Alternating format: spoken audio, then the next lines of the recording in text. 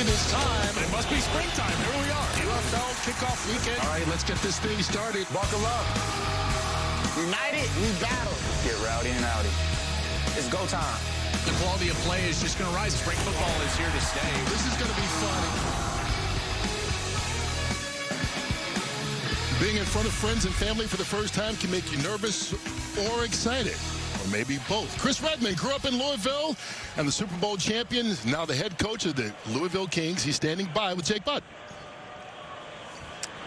Coach, you told us this week how much this opportunity means to the city of Louisville. This is your home. It's a sold-out crowd. What does this opportunity mean to you? I knew the fans would show up. I'm just so proud of this city and the opportunity we have. There's history out there waiting for us. I'm excited for these guys to go out there and play a great game of football. But this city of Louisville really showed up, and we're going to show them how to play some football.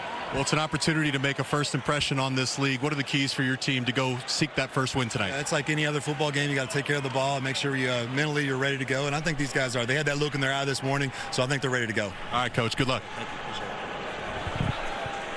All right, so he's on one sideline as a local legend. Same thing going on in Birmingham as A.J. McCarron, who grew up in Mobile, won 3 national titles at the University of Alabama, is now the head coach of the Stallions. And as we get ready for kickoff in Louisville, it just cooled off. It was in the 70s earlier today, and right now it feels like it's in the 30s. You know what? That's football weather. That's exactly right. Welcome to the UFL kickoff weekend presented by New Era. Birmingham won the toss, deferred, and so Louisville will touch the football for the first time as Jason Bean and company get ready to make their debut in the UFL. Here's Jonathan Garibay to kick it off. Short kick. Jaden Sheridan with the return gets out across the 30. And that's where Bean and company will start from. Well, listen, I was just talking about this in the open. Jason Bean is a dual threat guy that has big playability, and he was in a very creative offense under Lance Leipold at Kansas and offense coordinator Andy Kotelnicki, and he really thrived. And this is a guy that can put up big numbers. What I'm interested in is just with all this newness. Bean is his first time in the league. You know, you got a first-time head coach in Chris Redman. It's just the whole operation. How clean is Louisville going to come out here and operate on their first series? Blue 88! Blue 88! Starting just shy of the 32-yard line, they hand it off. Benny Snell. He gets the carry. Let's take a look at some of the players to watch here. Well, I tell you, I'm excited for a lot of these guys. Benny Snell is certainly one of them. He played at Kentucky, and he's a really good player. Caden Prather is a guy that's had success in spring ball. Defensively, Kavaya Tazzino, he's a guy that has been in really the top 3-4 in the league in tackles in spring football. And Tate Crowder is all over the field. Crowder's a guy I've always been impressed with his speed. And Kurt, he is a side-to-side monster. Birmingham strong on defense. A lot of returning veterans. They fake the handoff. Bean keeps it and shows that athletic ability you talked about there, picking up the first down, Joel. Yeah, I love this, and getting him an opportunity to run the football here early in this game, get his feet wet, and he's just gonna read this defensive end, this end man on the line of scrimmage right here, and as he sees him crash down, now he's gonna take off on the left side, and it's perfect. Good block on the exterior. That was Tariq Black, the wide receiver. He comes in from the inside, and he gets a block, and that's what allowed Bean to get the edge and pick up a first down. 10-yard gain. Satellite Rio! Satellite Rio! Go! Yep. Fan! Satellite From the 43. Blue 88! Blue 88! Pass! First pass for Bean under pressure. And just dumps it off. Too much for Snell. Incomplete.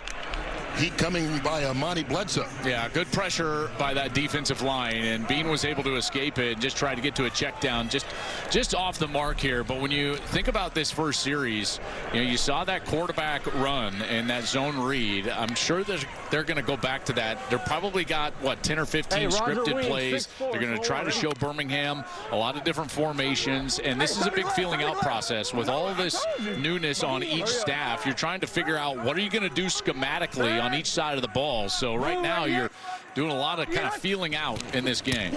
Snell with the carry, hitting the backfield, fights his way for a short gain, but it's going to bring up third down.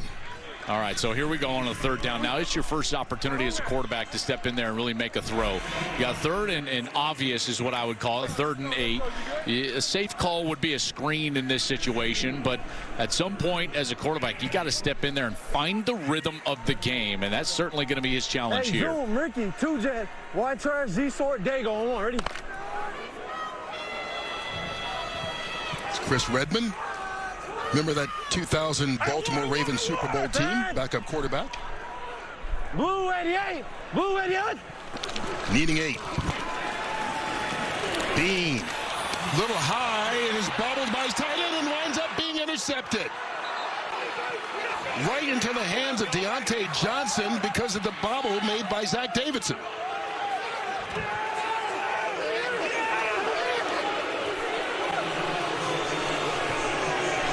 Well, look what I found off the bobble. Zach Davidson just totally drops this one. Bean can't find anybody down the field, and he dumps it off to his tight end. It hits his hands, his helmet, then his hands a couple of different times, and then there's the pick for Birmingham. And that's one thing that Birmingham has been every single year, and that's opportunistic on the defensive side of the football. It's been one of the reasons why they've been so successful. Remember, 3 championships out of 4 years. Last year, deep into the playoffs. And here the defense starts out exactly where they ended the last few years, which is being opportunistic, taking that football away. So they take it over here. Great field position, and right away out of the gate, Snoop Connor with the run and picks up a short gain of about 2 yards on the play. Well, Matt Corral is a guy that's had a lot of success in this league, and he's a really talented player, there's no doubt. He can also use his legs, although I don't think they'll try to feature him as a runner as much as maybe Louisville will do with Jason Bean. But one of the things that he has at his disposal is a very talented wide receiver core. These guys can run, they got big frames, and he's got some weapons out there on the outside. In his 3rd season with Birmingham, and there's a flag on the play. Movement before the snap. False start. Offense, number 8. 5-yard penalty.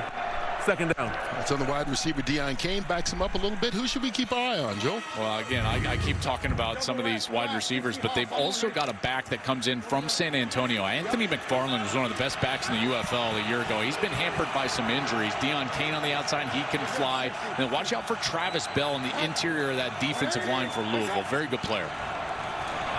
Here's Corral to pass. Right over the middle. Open receiver. Right down the sideline. Jadon Mickens. This is a great read by Matt Corral. He's going to see a safety jump right out of this defensive front, and he's going to get a little width. As soon as that happened, you've been right on the interior of that. A beautiful throw and read, and you can just see this feel for the game as Mickens, he senses the space and the seam, and Corral is able to find him for a big gain. 28 yards to the 19-yard line. Mickens, remember that DC team that won the championship last year? With Tom Brady and the Buccaneers when they won a Super Bowl as well. Anthony McFarland, his first carry, nowhere to go. Nick Cubits, the first to get there, but he had a bunch of friends to meet him. Remember, Skip Holtz, the head coach of the Stallions, he was the one that was calling plays for the Stallions team over the last few years. And now A.J. McCarron comes in, so a little bit of a different operation here as the first-time head coach is a bit more of a CEO role here, not taking charge of the play calling. There's Chris Redmond on the opposite side trying to overcome an early turnover here for his Kings team. Quick pass. And that one's caught. I'll tell you, that's a good idea right there. Get the ball on the outside to John Ross. John Ross can fly. I tell you, had trouble seeing that number 0 there. You remember that 40 yes. He ran a few years ago, got him drafted inside of the top 10. He's a 4.22 guy in the 40. You get him the ball on the outside, you never know what can happen. Remember, that was the 2nd fastest in combine history. Xavier Worthy ran a 4.21. John Ross a 4.22. I mean, listen, Kurt, that's not that hard if you just have the finish line at 30.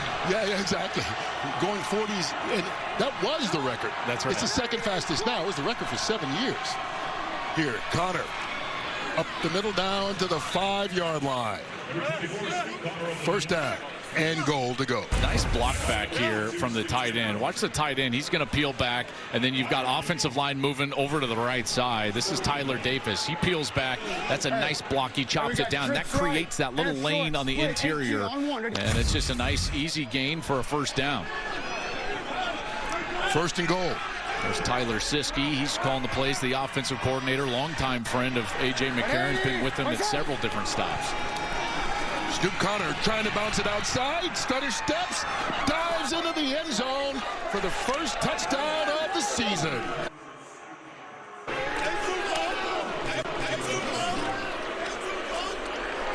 And Birmingham turns the turnover into points. That's exactly what you got to do, and that's what good teams do, is that they take advantage. First of all, this was a great little motion. They bring the motion down, and what that does is it brings the defense inside. Now look, there's nobody out there. They're in man coverage, so the corner is just trying to defend the wide receiver. That's a great deep route. He takes him to the back of the end zone. Nobody on the outside, and there's the leap. Snoop Connor is able to get right inside that pylon for a touchdown. Great series here for Birmingham to open things up after the turnover. Took advantage of the short field. Connor gets the touchdown, and you can go for 1, 2, or 3.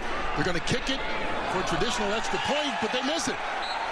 And so Garibay can't convert, but Connor put the Stallions on the board after the interception that gave them the ball at the 43-yard line. They march it all the way down, take it home for the touchdown, and they have the early lead here in this opener.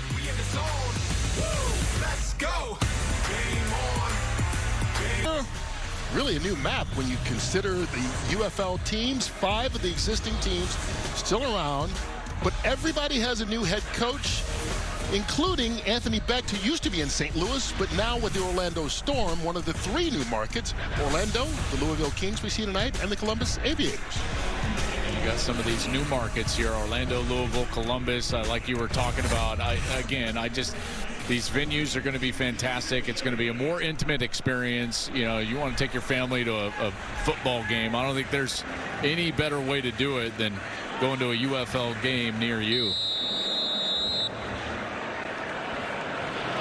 So each team has had it once. Louisville turned it over on a bobbled interception, and so they'll get a second opportunity here. Sheridan gets it out, stopped before he got to the 30 this time. We talked about some of the new franchises. Here's some of the notable rule changes. Well, we got a 4-point field goal, ladies and gentlemen, and everyone should adopt this. You kick it from 60 plus, that's going to result in 4 points. And then I think the one that's going to impact the game more than any other, the punting rule. There are no punts allowed after crossing the 50-yard line except in the final 2 minutes of each half. So that's going to be a huge difference, and it's going to, I think, really change the strategy of how plays are called. Receptions are 1 foot in bounds, so that's going to be similar to the college rule. So just a few little quirks and changes to what we've got. But again, that no punt rule after crossing the 50, Kurt, that one's going to be a big one. Here on first down, they get it back out, and that's Davidson catches it this time. And the big tight end lowers the shoulder, maybe a little aggression after knowing he had the mistake on that opening possession. I was going to say, go right back to him. And Jake, as a former tight end, you got to love the opportunity to go right back out there and get a catch after that drop led to an interception. Yeah, and it's a good scheme there, too. They emphasize the run there on the first drive, get into play action, get the quarterback being out in space. Easy catch to get settled in after that drop on the first drive. 16-yard gain. Good way to start drive number 2. Set. Back. Blue 88. Blue 88. Blitz. Sheridan There you go. picks up 4 yards on the run. So, Kurt, I want to start focusing now on that rule, because here we are. We're about to cross the 50-yard line, you know, and this is where it becomes very difficult. You pick up a couple of yards, and you've got 3rd down across the 50-yard line, and you start thinking about, okay, well, now I've got 2 downs to potentially move the chains. It's just going to completely change, in particular from the offensive coordinator's perspective, the way that he selects plays. It's forced 4-down territory, basically, once you cross the 50, which they do on that. But they get a first down. Lucky Jackson to the 45 of Birmingham. 7 yards on the pickup. Good rhythm here. Jason Bean is able to just pick out a little area of the field right over here on the right side, and he works through his progression. Then he gets to his man. He's got a little bit of space, and he's able to give him a dart right on the frame. All you quarterbacks out there, you're throwing the ball intermediate or short over the middle of the field. That ball's got to be on the frame of the wide receiver. That's an accurate throw and a first down for this Louisville team. Hey, Roy Flex, 76 Scat Scorpion on one. Ready? Chris Redmond looking for his first touchdown as a head coach. Hey, 21. Ted! Blue 88. Blue 88. Little side-on pass to Jackson. And Jackson fights through the hole and picks up 9 yards. Good run after the catch by Lucky Jackson. Flip 2-6. Flip 2-6. That's a number on his wristband, which he's got on his belt. Now he's reading Flip the play. 2-6. Lead wing zip 13 double on one. Ready? Super right. He's got that play sheet on his belt. It's a receiver. Hey, it's a tight end. It's a tight end. Ted. He's going back. Blue 88. Blue 88. 2nd and 1. Sheridan stopped at the line of scrimmage. No gain. Good play by Deontay Johnson, who's got his name called a couple times. For interception on that first possession, and now that tackle for no gain. Yeah, really good job. He just stepped right inside of that block. They had 3 tight ends on the field right there, and they're trying to run the football, get big and personnel, get all those tight ends in there. But Johnson did a great job just stepping inside, getting into the backfield, and bringing down the ball carrier. Blue 88. Blue 88. They'll try it again, this time on 3rd and 1. Sheridan gets it. Tripped up, fell forward just enough for the first down. Remember, that was 2-down territory. Yeah, they were going to go for it no matter what. We know that. Right, that's exactly right. You know, all these coaches that we talked to, and we had a long conversation with Chris Redmond and A.J. McCarron, and they all said the same thing, that punt rule is going to be the one that affects the game the most. So does it make it easier to call plays? I think it does, because you've got the freedom of knowing you've got more play calls to go get those yards. I think it frees you up as a play caller on 2nd and 3rd down in particular to call run plays, try to make it an easier convert situation on 4th.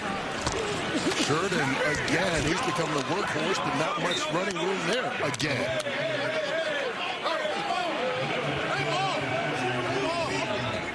Wrong side.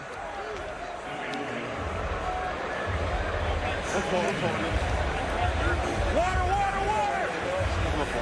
Okay, 2nd 10. Hey, fog to Ricky. Bunch, 5 tear read on one. Ready? 5 arc. Yeah. I hear read, I immediately think quarterback run, some sort of read and an arc block. That means that they're trying to keep it for the quarterback and arc the block around for the 2nd level. That's what it seems to me. Quarterback keeps it. Bean can't get outside. Good open field tackle made by Isaiah Green-May. Usually at the beginning of the season, teams have trouble tackling, not Birmingham. No, and I got to tell you, you called it perfectly, because this is a beautiful job of, see him squeeze down, and it forces that take read from the quarterback. So he thinks that in-man on the line of scrimmage is squeezing down, so he keeps the football, and yet because he's got parallel shoulders, he doesn't commit his chest to the interior of that formation, he can still get back outside. That is textbook play from an in-man on the line of scrimmage against that quarterback read. Blue 88. Blue 88. On 3rd and long, looking for the 25. Bean up high. Lucky Jackson, is he inbounds? Yes, he is. Remember, only needs 1 foot, Kurt, so he doesn't need to get that 2nd foot down. This is a great throw from Jason Bean. He's got to layer this ball over the defense and get it down inside of that sideline. Beautiful catch. See, there's that right foot. That was down. Left one probably on the sideline. Doesn't matter. Gets the one down after controlling that ball. That is some great execution from Lucky Jackson along the sideline. 22 yards. Here we go. 10th play of this drive. Bean fighting for the end zone. Jackson, and he gets it. Touchdown, Louisville.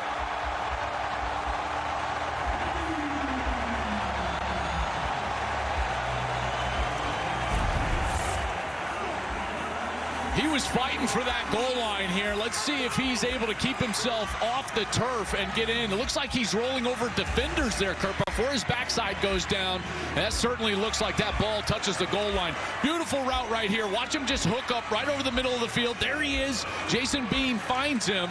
And then there's the fight. You can tell he's just rolling over bodies to get into the end zone. What an answer. The opening score for Birmingham after the turnover. And Louisville comes out and goes right down the field and caps it off with that 12-yard score to Jackson. Beautiful drive. Answer to the trivia question, Bean to Jackson, first touchdown in Louisville Kings history. Lucky Jackson grew up in Lexington, now playing in Louisville, and hoping that they can take the lead with the extra point by Tanner Brown. And they do. Louisville answers the score by Birmingham with one of their own. And they get the point after. Jason Bean has been sharp tonight. Lucky Jackson is his guy. And why not? He gets the touchdown. And Chris Redmond and company are on top. He was 13 years old, a skinny 7th grade kid at St. Paul's Episcopal School in Mobile, Alabama. And I see this young kid, and he's spinning it. He ended up being my starting quarterback as a freshman in high school. I've been with him in high school, college, and now from a professional level. He drives me insane at times. He's probably as hard-headed as I am, but he always has my back. I have his.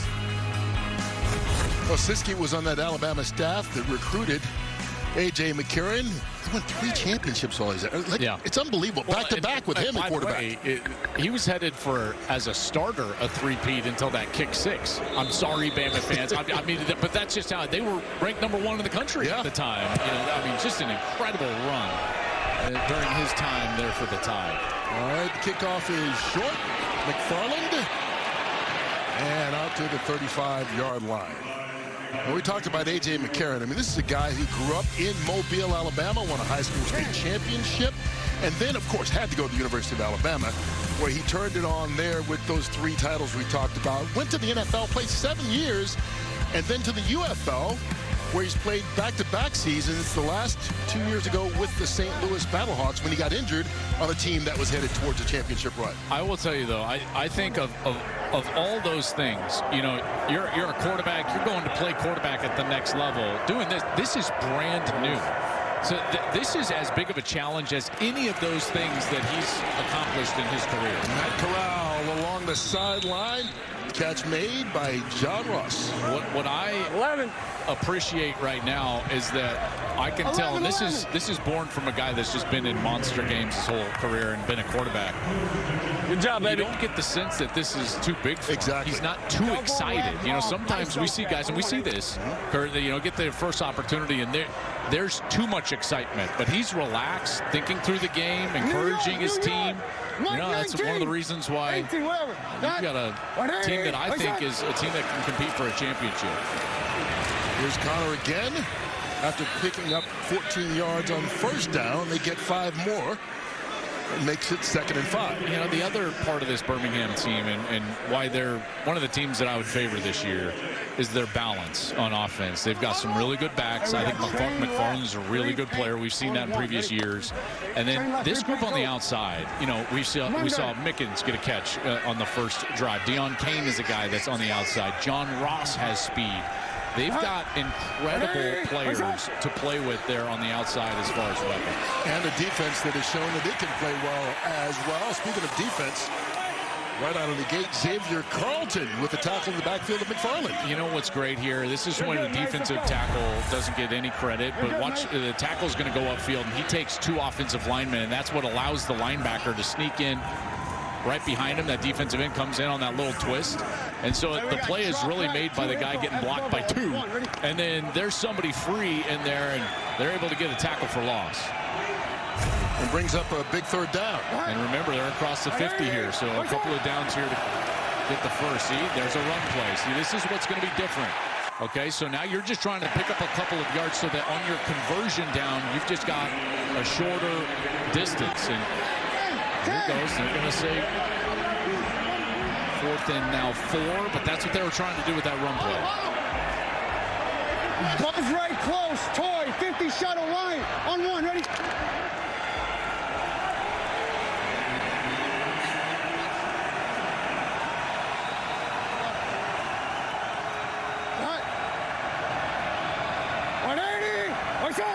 They've got to pick up the first down here on 4th and 4.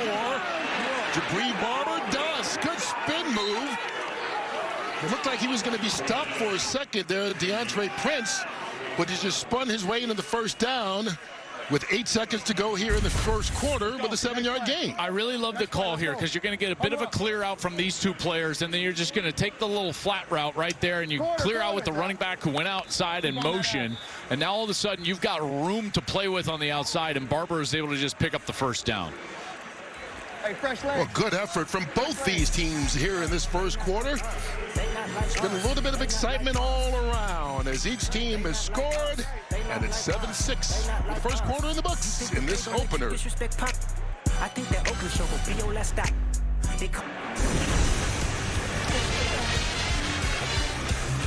Well, the fastest racing on earth starts Sunday on Fox. It's Alex Palou, Joseph Newgarden, and a Hungry Pack battle for a win at Barber, which is just outside Birmingham. The road to Indy 500 continues this Sunday at 1 o'clock Eastern only right here on Fox. Well, both offenses had it rolling in the first quarter. A bobbled interception, the only difference in this game so far.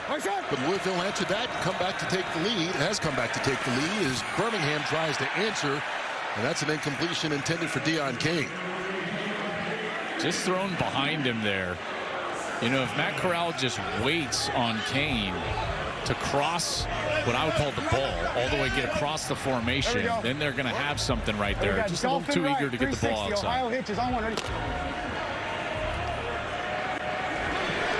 Tegan.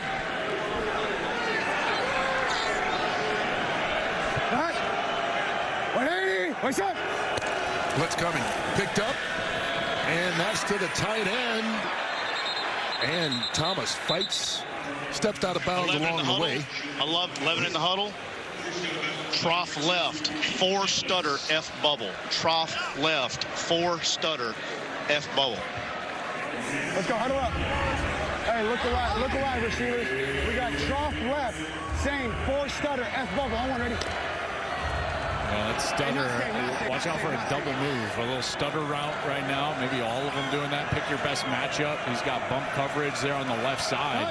This one might be going up top over there on the left. They fake the handoff. Oh, he's lucky that wasn't picked off. Cam Dantzler right in the way, the former Minnesota Viking. And he swatted it down, forcing a 4th down situation. Moving in the field is a forward pass. It's incomplete. I tell you, this looks a lot like that pick 6 that Miami had against Ohio State in the college football playoff. You know, just trying to throw that bubble on the outside. Man, what a great read by the corner right there, Cameron Dantzler. He gets in there and just bats it away. That's a tough block. Deion Kane is trying to block him, but he's got outside leverage. The corner has inside leverage, and he just takes off. Almost an impossible block right there, and just a beautiful play by the corner. Dantzler, a 3rd-round pick of the Vikings, made the all-rookie team his first year in the NFL. And so it sets up Jonathan Garibay for a 50-yard field goal attempt. Remember, he missed the extra point earlier.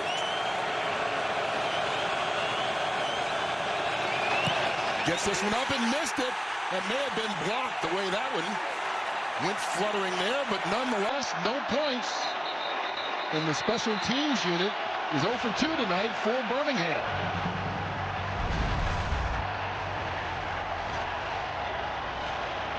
Josiah Bronson got up there and got a big paw on it. And Louisville, hold on. That time. And tonight, Louisville, it will be country music star Russell Dickerson, who's standing by with Jay Putt. All right, Russell, this is a sold-out crowd. The crowd was buzzing after the touchdown, buzzing even more after that blocked field goal. Talk about the energy here in the stadium. It's absolutely electric, man. It's really cool to see. It's like off-season. We need this. We need this for football.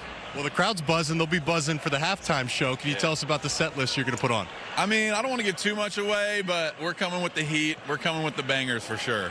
You got fans in the crowd, fans watching back home. You got a message for your fans. Hey, I love you guys. My Blue Tacomies. We're here to bring WrestleMania to Louisville tonight for the Kings, baby. It's going to be legendary. Thanks, Russell. Appreciate you. I think Russell's pumped up for halftime. I love that, man. Ian Wheeler bouncing off a couple of guys, but not much running room there, only a yard. You know, Kurt, in general, and this goes for all levels of football, is it if you look at early, oh, there's the guitars. I was going to make some offensive comment. Is he going to play all of them at halftime? Hey, I hope he does. Look at that. It keeps the element of surprise. You never know what he's going to pull out. I got to tell you. Let's go. I was just going to say, offenses normally behind defenses, and yet both offenses have been able to move the football a little bit better than I thought that they would. Here's Bean moving the football with his feet, and he's shown that a couple of times tonight. That's his third carry of the ball game, 7 yards on it. I tell you, this is a great read by Jason Bean, because what Birmingham did there, their linebackers, and in particular their Tay Crowder, number 20, as soon as he got a pass read, he turned his back to the quarterback and ran deep into the middle of the field to try to defend a pass route.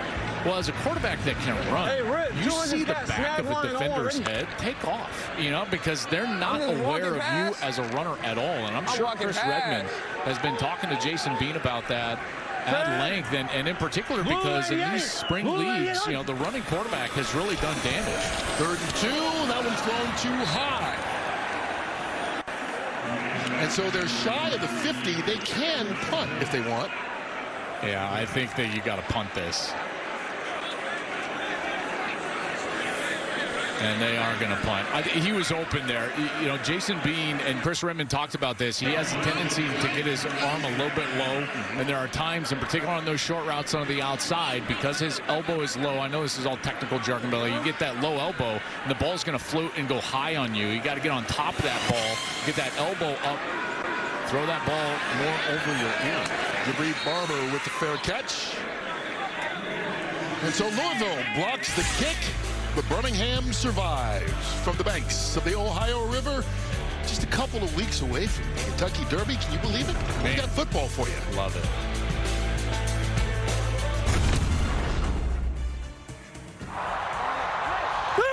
Yeah! Let's go! Let's go! Hey, big boys, let's keep moving them. Come on, run the football. Run the football. How different is that than being a starting quarterback and trying to get your team pumped up? Oh, I can't even imagine, first of all, because I've never done it. But, for a guy like A.J. McCarron, this is just totally foreign for him, just to be standing over there. You don't have any opportunity to impact the game between the lines, but you've got all the ability to impact the game outside the lines, so it's just a totally different role. I can't imagine what he's going through.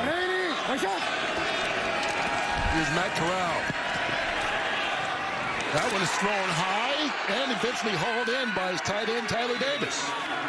Well, this defense now has an opportunity here. Ball all the way near the 20-yard line. Jamie Sharper is the defense coordinator for this Louisville group. He's been coaching for the last 10 years, all levels. He was the linebackers coach last year with the DC Defenders. They won the championship. I think his spring experience has been really invaluable for Chris Redmond being a first-time head coach in this league and just in general. So Jamie Sharper comes in.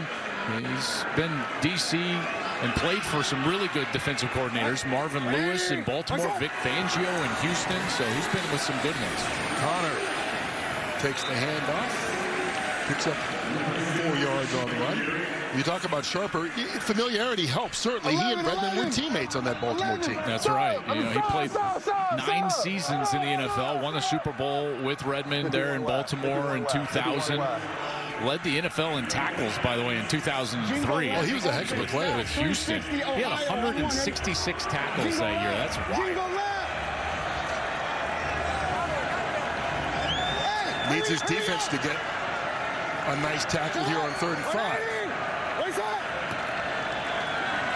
Quick pass. Caught. That's Jadon Mickens. He gets the first down for the Stallions. I love this concept. Watch him use the big body of Jordan Thomas. So here's Jordan Thomas, and he's just going to run a clear out right here. Okay, so he's going to clear out, and then you got Mickens right behind him, and he just kind of sets up right there. You see, it's almost like a float route. He's just going to find the space. Corral is able to find him, and then it's an easy first down for the Stallions. Really good concept. Soko.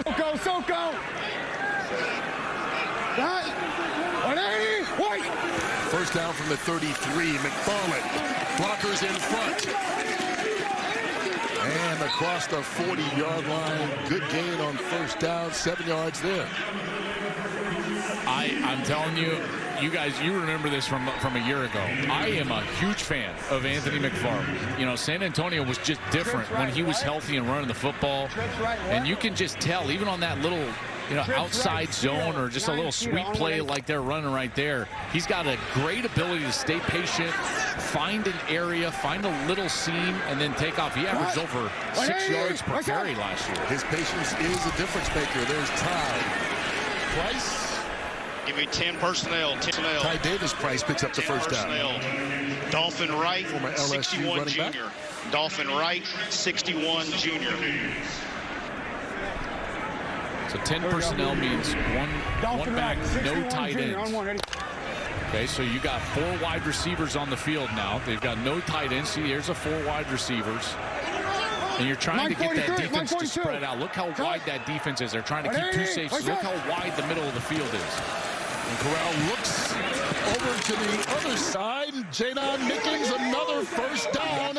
And they cross the 50-yard line into Louisville territory. I really love what Tyler Siskey, the offensive coordinator, is doing here, is because you can see they want to keep 2 safeties on the field. And if you do that against 10 personnel, you got 4 quick wide receivers out there. It produces a lot of area in the underneath zones. And there, Mickens just hooks up. That's a really easy route. It's an easy read and it's easy throw. And they're able to just get a quick first down. And Mickens has all of a sudden become kind of a go-to guy for the Stallions team early in this game. Their most experienced receiver from a pro level. McFarland on first down. And again, we know this is 4-down territory since they crossed midfield. You know, I do find it interesting. I keep thinking about A.J. McCarron on the sideline and just, you know, like what he's going through and how he's thinking through the game. He was a backup for a number of years in the NFL, and I would say that's the most similar thing to what he's doing right now. On the sideline, thinking through the game plan, what's being called, understanding the play calls, watching the defense. I'm sure he's pulling on that experience right now in order to give maybe some little bit of advice to Tyler Siskey, the offensive coordinator. Corral under pressure. Gets away and gets it out to Connor out of the backfield. Big hit along the sideline, but he stays in bounds, and it'll bring up a 3rd down. Well, they overload this side. See all this rush on this side, and then you get a wide rush over here to the left. And what does that allow? It allows Matt Corral to just step up and get that easy movement towards the line of scrimmage, steps away from the rush. Looks like he's dead to rights. Good, strong lower half there, and he's able to get the ball to the outside. Snoop Connor with the catch. 42. 180. What's up? Connor with the carry and the first and more. Stephon Danzer forced out of bounds eventually, but another big gain for Connor and this offense, 19 yards. Tell you, that offensive line doing some work, just like their head coach asked. Look at these blocks up front. Beautiful block there by the tight end. Look at that line of scrimmage moving. All of those white jerseys moving down the field. That's an easy run for Snoop Connor, and they're certainly winning the line of scrimmage. Makes it easy as a play caller, easy as a running back. Pick up all those yards. Dummy, ready? Play number 10 on this drive. From the 15. Davis Price cuts it back inside the 10. 6-yard pickup, and here we go, 2nd down. Stay in 12. We're going right, Z-Jet, 8 Cheetah. West right, Z-Jet, 8 Cheetah. Go west right, Z-Jet split, 8 Cheetah. West right, Z-Jet split, 8 Cheetah. West right, Z-Jet split, 8 Cheetah. On 1, ready? Hey, Tyler Siskey is quick with these calls. I was thinking the same thing. We've seen confident coordinators for both teams. Yeah, you bet. But he had his mind made up, knew what he wanted to do right away. Gives his quarterback time. McFarland caught in the backfield. Could not get around the edge. Did his best. but Daniel Griesiak was the first to get him. Loss of 3. This is a beautiful job on the edge by Griesiak, because watch, if you're the in man on the line of scrimmage, you've got to produce a hard edge. You can't allow anything to get outside of you. He keeps his outside arm free. Now all that defense can help flow. That's a beautiful job. I tell you, Daniel Griesiak played his college ball at Cincy. He's making his mark on this game right now.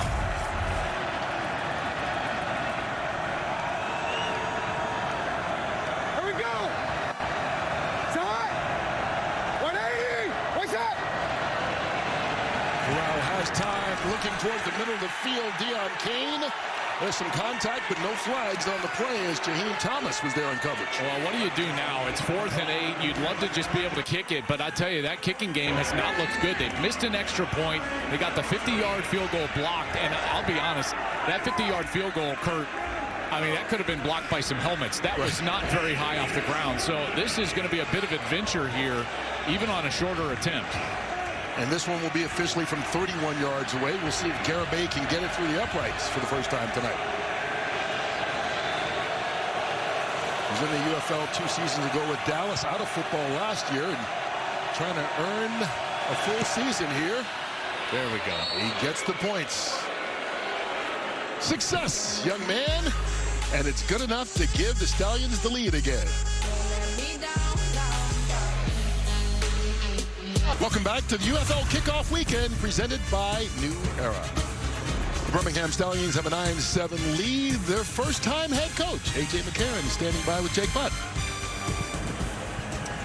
A.J., your offense has been able to string... A.J., your offense has been able to string together some nice drives. Haven't been able to finish with touchdowns. What do you need to do to finish those drives? Well, I mean, just finish up front. Listen, they get paid to play as well. It's going to be that way. It's a long game. Just keep grinding. You're working the officials. What was the conversation with some of the sideline officials here? Well, I just thought he had early contact, played through his back right there, but it's part of it. It's the game. Thanks, A.J. All right, A.J. McCarron's team has a lead right now as Jaden Sheridan gives Louisville good field position to start this drive right at the 40-yard line. I want to know what A.J.'s former college head coach would think about him doing an interview mid-game. Can you imagine? Can you imagine Nick Saban doing an interview mid-game? It was hard to imagine him doing interviews post-game sometimes. Well, first the DB ran right through his back, all right? He has learned a lot, and he credits Nick Saban, of course, for a lot of his philosophy. Absolutely. Why not? I mean, he was the greatest ever. Hey, man. I hope you watch them. They're dirty. They're real dirty. The guy's talking about the Kentucky. He's talking horse racing here. That's what happens when you're in Louisville, right? No matter what time of year. Here it is, the Kings. Starting this possession here, Jason Bean rolling. Going downfield, kept his eyes downfield, but just threw it a little bit too far, incomplete. Intended for Isaiah Winstead. I think his wide receivers actually hit each other down the field. They're trying to run a big over route and get a big completion. But watch right here. Here's a wide receiver, and they're just going to collide right there. And as soon as you see that as a quarterback, you're like, uh-oh, I better get out of there. You can tell he's got nowhere to go and basically just threw the ball away. That was Caden Prather and Isaiah Winstead that collided down the field. So the incompletion brings up second down. Blue 88. Blue 88. Bean to the air again.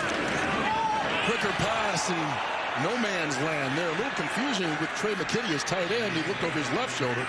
Ball came the other way. I'll tell you, I mean, he's open as a quarterback. You're like, just turn your head around because he has him right down the seam.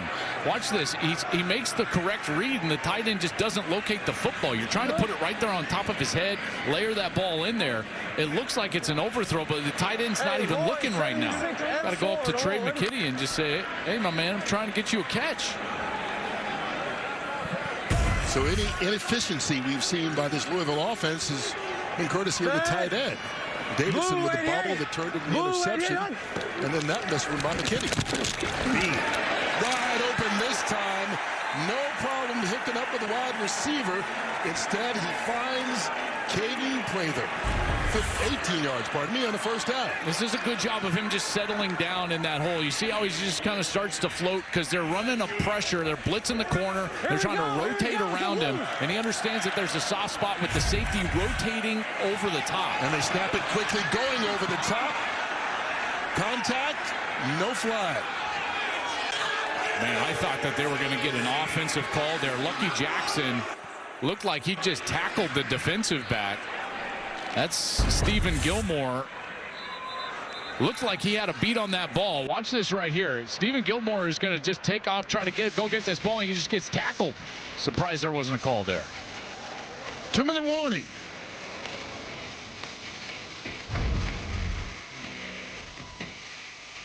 Two minutes of game time away from the Progressive Halftime Show, where we'll have a special performance from country music star Russell Dickerson. We'll carry it for you live right here on Fox. And Joel, 2 minutes doesn't sound like a lot, but there's plenty of time in this league. Both teams, all 3 timeouts left, and you take a look, the clock rules change. That's right. Just think about the way the clock operates in college football, where first downs will stop the clock until they set the chains. So all of those things make it a lot easier to move the football down the field. Bean has time, going deep over the middle. Incomplete. Pass intended for Tariq Black, but good coverage there by Birmingham. That is an incredible throw, and that was almost a great catch by Tariq Black. But watch Trey Norwood, number 21. He comes in and just makes the hit, clean hit, shoulder first, and knocks that ball loose. And Stephen Gilmore was step for step, that right arm right in there as Black was trying to catch the football. Tell you what, that is great coverage, but what a throw. I mean, that was on the money. About as good a throw as you can have for an incompletion. Here we go. Salute. Handoff taken by Snell. All right. 4th down. What do you do? Well, you can punt it inside of 2 minutes. I don't think that you punt it here, though. 4th and 4, this field position. I think it's probably time. I mean, I would have thought about a timeout there and talk about it. Z-drop, Olay, burst. I want, ready? But they're going to go for it. 76. Let's go, let's go. Tag. Blue 88. Blue 88. They need the 32. Bean. 4-man rush. Up top, he's got a man. Winstead. First down and goal, Louisville.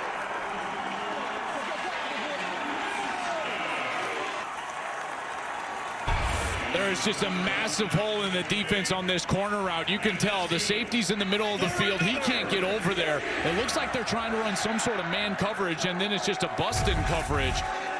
Lucas Dennis just didn't get over there in man-to-man. So they say he stepped out at the 11. First down. Bean with the run. And he slides after kicking up 4, maybe 5 yards. I tell you, he is making some great throws. That post that was an incompletion right down the middle of the field, that was on the money. We saw earlier in this game, he found a completion on the sideline, and then here, this corner route thrown perfectly. And they're set up for a score. It's 9-7 inside of a minute here in the second quarter.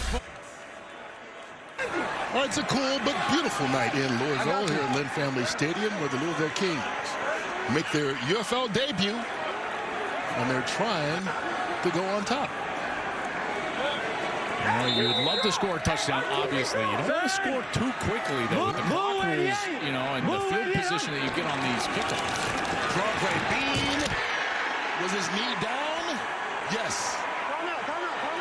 And he calls a timeout. And I think he's going to be stopped just short of the first down as well. Let's see where they mark him. Second charge time of the half. There's that left knee was the first thing to go down. He took a major pop there trying to go head first. I believe he needed to get to the 1-yard line in order to create a new set of downs there. Obviously trying to find the end zone. Bean's really been their best rushing threat. You know, the running backs only have 7 carries for 15 yards combined so far for Louisville in this first half. Meanwhile, Bean, he's running for almost 5.5 a carry, 5 for 27 yards. So trying to use his legs right there, and it is going to be third down, just short of that first down marker. You try to run a little bit more clock, knowing you need only about a half yard, or you just punch it in? Well, you don't want to have fourth down, you know. So I think at this point, you're just trying to punch it in. Goal line defense. Easy into the end zone, but the ball came out. Wheeler.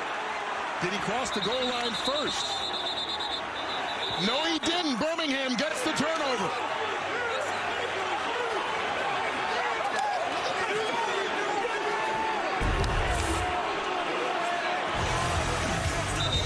Ian Wheeler. Did the ball cross the goal line? No. You can see it is out. Great play made there by Chiava Tizzino, their star linebacker, to separate Wheeler from the ball and prevent Louisville from taking the lead. Well, huge turnover here as Louisville is trying to get into the end zone. Watch right here. You got Chiava Tizzino, and he's going to just get around that block, and he's going to hit Ian Wheeler right at the goal line and punch it out with his left hand. Benny Snell looked like he missed a block right there. There's Tizzino, and he punches it in there. Left hand. Wheeler puts it on the ground, and Birmingham is able to recover. That is just a huge turn of events right here. Right before halftime, Birmingham's going to get the ball to start the third quarter. There's Tizzino getting love from his teammates. Remember, this is a guy that led the UFL in tackles a year ago. He's always around the football. What perfect position he was in right there at the goal line. One of the top defenders in this league for many years. And now Birmingham, 38 seconds, all 3 timeouts. And remember, the clock stops if they get a first down. But there's a bad snap. Corral just trying to prevent the safety from happening. That was really smart by Matt Corral. Do you notice how he didn't throw the ball out of the field of play or like burn the football? And the reason was this is supposed to be a run play. So he knows he's got linemen downfield. If he creates an intentional grounding in the end zone, that's a penalty in the end zone and it's a safety. So he throws the ball at the feet of an intended receiver, which is legal. It's behind the line of scrimmage, and you don't get that penalty right there. That's a subtle play, but a really smart play by the quarterback. And here is the handoff, Snoop Connor.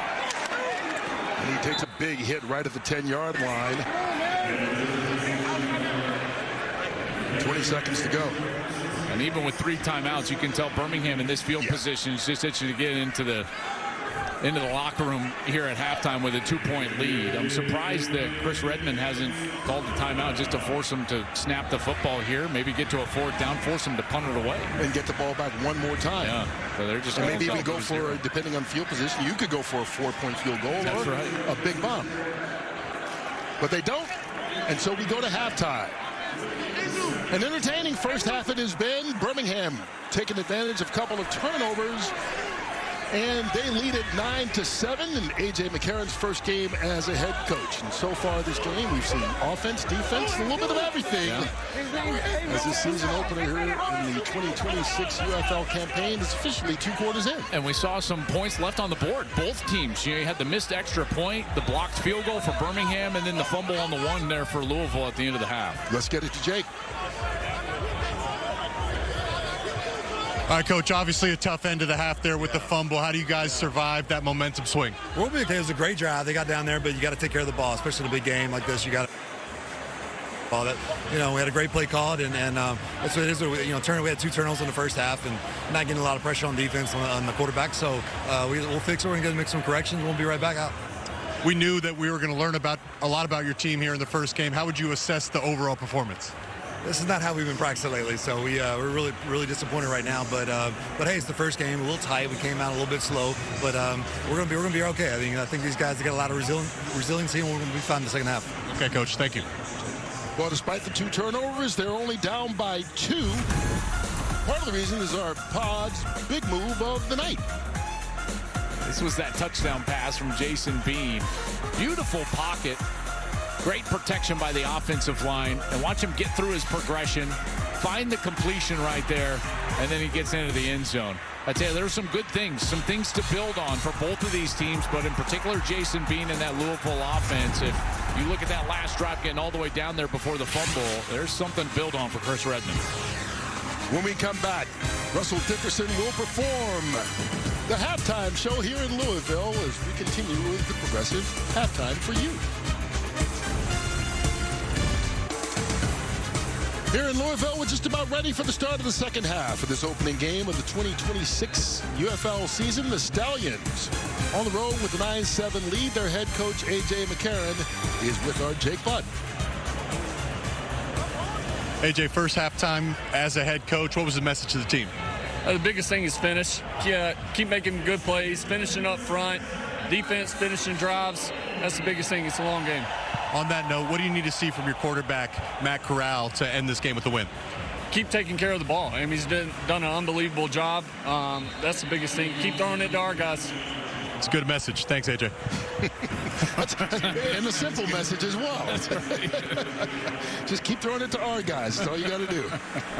Well, he's done that so far. Yeah, we can all go do that. Yeah, it's working so far for him. It is. They've been efficient, but they've also been balanced. That's something, that they've been a bit more balanced than Louisville. Louisville, outside of Jason Bean, hasn't really gotten a run game going. Meanwhile, Birmingham has gotten that run game going, in particular Snoop Connor. He's almost got 50 yards in this game, almost 6.5 per, and that touchdown. So I think that's really been the difference of offensive efficiency and led to this 2-point lead. Ball falls off the tee as Tanner Brown gets ready to kick it. And they'll bring in the punter, Mac Brown, to try and hold it here.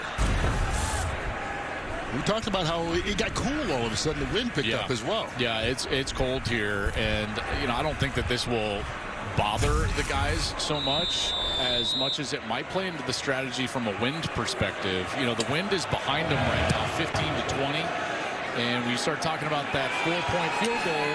I think these coaches might think about it late in the game, going this direction, left to right.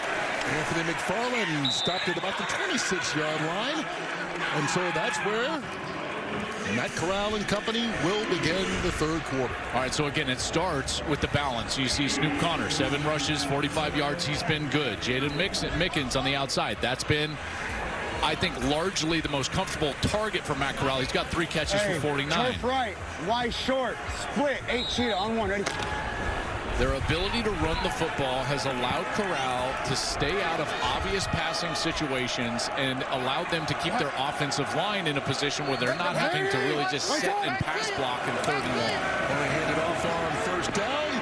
Anthony McFarland through a hole. Good second effort there for a first down. Another double-digit play by this Birmingham offense, 15.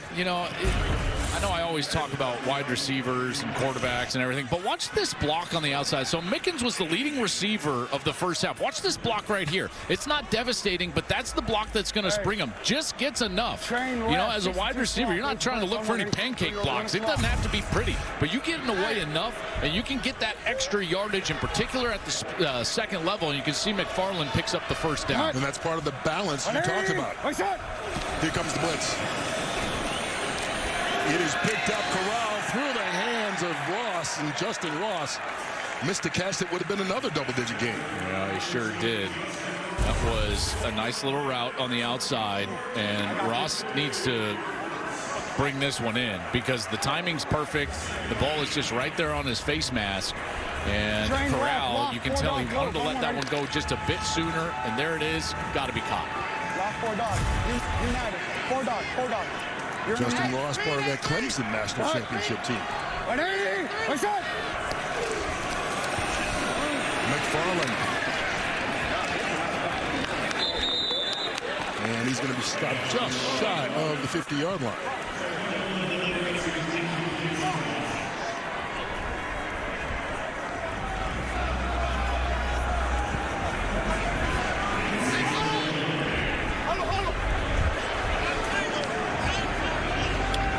Train right, nub, yak. 361, Ohio, on 1. They've had a lot of success with those clear-out routes. Get into a bunch set, run the guys off, and then go into the flat from there. I wonder if they'll go back to that. Looking to the right, Jaden Mickens. He gets the first. And they cross midfield. Well, it's similar. They don't do it out of a bunch route, but this is Ohio, so you've got go route right here and an out route from the inside, and you just read that inside defender. That's a lot of space being given up by the slot corner, and an easy catch for Mickens. And again, Mickens has just become kind of the focal point of this passing attack. Why not when you can make catches like that? We saw the big block on this drive as well, proving his versatility. Shot. 180. One shot. Here comes pressure, and he's handed off. Snoop Connery bottled up right at the line of scrimmage. No gain on the play. Jaheim Thomas, the first man there. Okay, so if you're just joining us, new rules in the UFL this year where you cannot punt the football once you cross the 50-yard line. So here on 2nd and 10, that just presents a different set of downs here for the offensive play caller, for the defense. You can tell it's cold here tonight. Look at A.J. McCarron. You see his bottom lip shivering a little bit? Yeah, that's why he's got the big coat on over there. I tell you what, once a quarterback, always a quarterback, Kurt. I'm just telling you, we're soft individuals. I was going to say, at least you admit it. 180. One shot.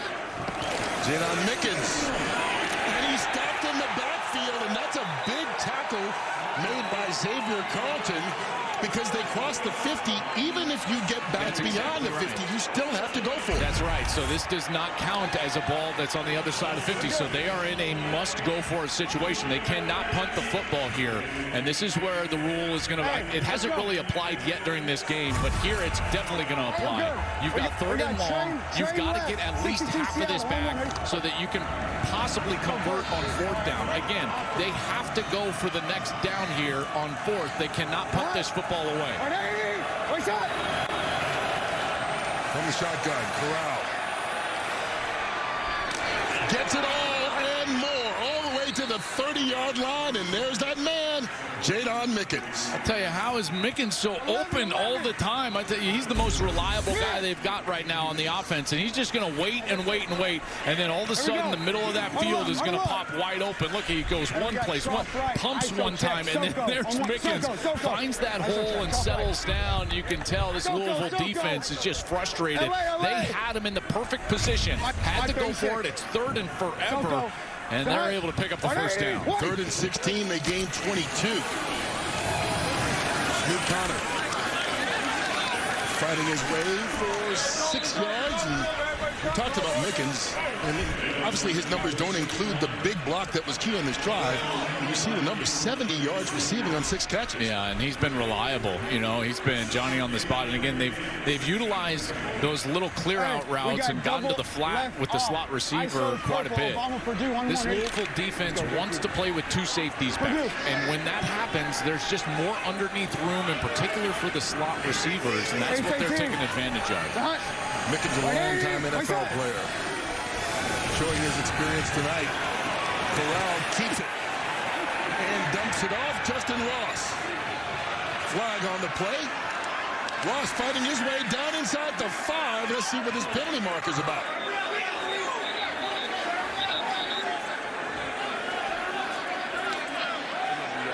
A lot riding on this call. Holding. Offense, number 75. 10-yard penalty. 2nd down. So instead of an 18-yard gain, it backs him up 10. Yeah, that was Mason Brooks, the right tackle. And he was getting a heck of a rush from the defensive end. There's Brooks right here. You're going to see he sets on this wide pass set. They're trying to run an RPO on a run-pass option. You can see he just holds him and then drags him down. Kind of lets go at the end, but you can see he already had turned his shoulders, grabbed him and threw him down, and that prevents a huge play down the field. Don't stop this.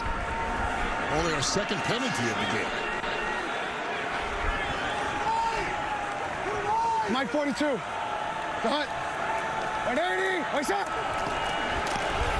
4-man rush. Corral couldn't get his feet underneath him and throws it incomplete. Here on 3rd and 13 now. Let's see what Tyler Siskey has in mind. All right, stay in 10. Stay in 10. We're going Dolphin right. Dolphin right, 63. Pressure 10. Dolphin right, 63. Pressure 10. Hey. Who's that? Bend it, keep it skinny. Dolphin right, 63. Pressure 10. On 1, ready? Never mind. Pressure 10.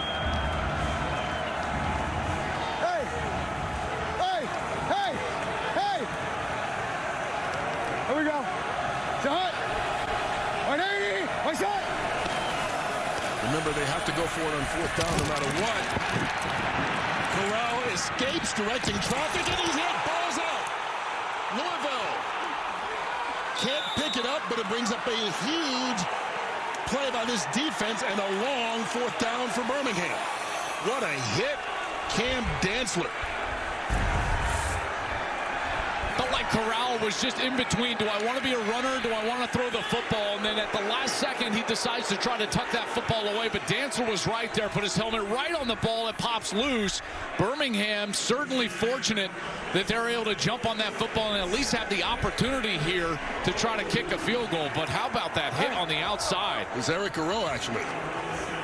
Hey, on the dummy. Guerrero was a 2-time All-Sun Belt performer at Louisiana, and he came up and just laid the wood there, number 7. Terrific job by him, and they'll just go for it. They don't want to kick the field goal. Remember, they've had field goal issues here tonight.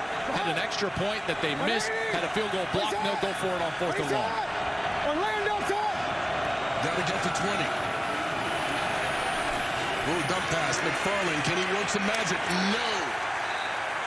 Open field tackle made by Jaheim Thomas, and Birmingham will turn it over on downs, or maybe more appropriately, Louisville with a big defensive stop to get the ball to their offense for the first time here in the second half.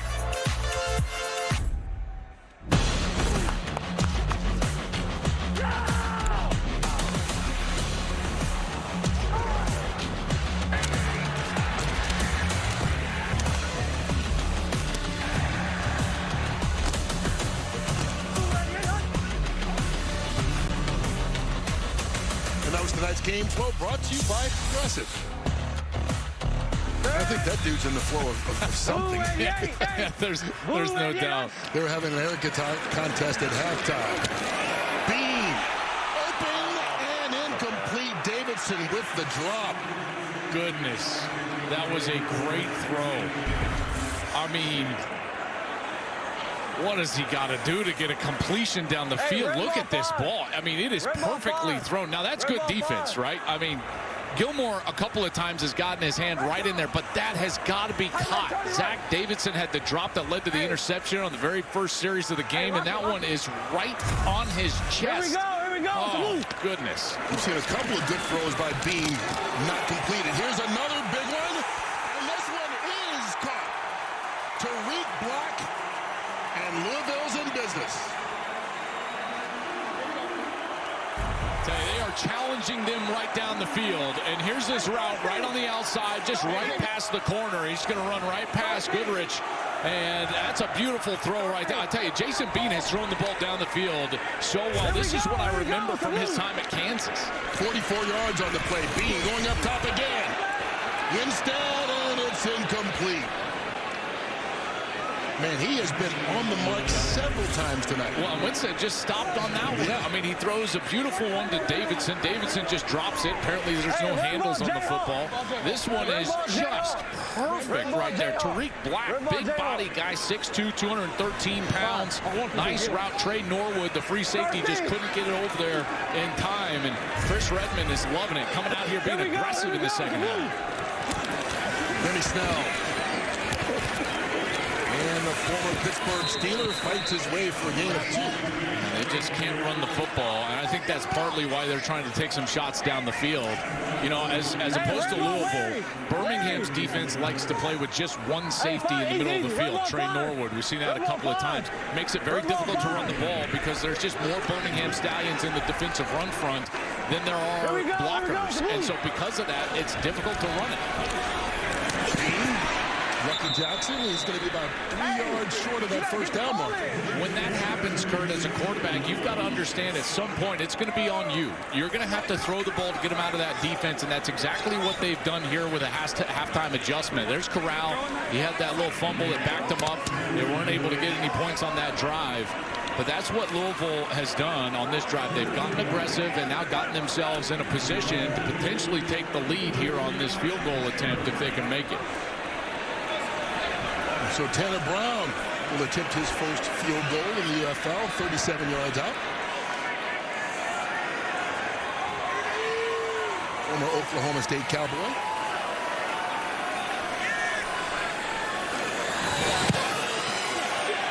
And It's Golden. And Louisville retakes the lead. Their defense with a big stop here in the third quarter. Set up the offense. They didn't punch it in the end zone, but they punched it through. Good enough to take advantage. They're on top, 10-9.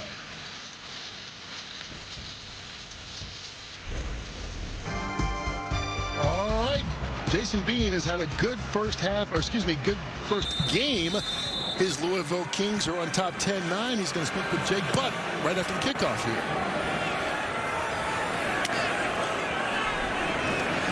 Laviska Chenault out to the 35. Jake and Jason. You want to do that? All right, cool. All right, Jason, take us through what you saw here on this big completion to Tariq Black. Yeah, I got my receivers outside. I really like they're making plays for me tonight. And, just one-on-one opportunity. He took it and he made a play. There's been some more opportunities. You just haven't been able to connect downfield.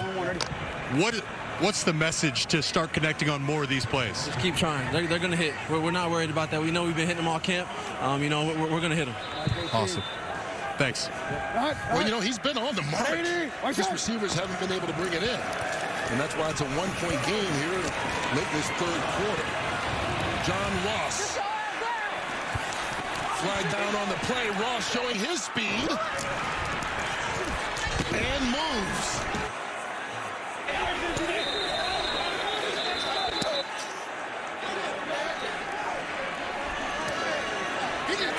Let's see what the penalty is.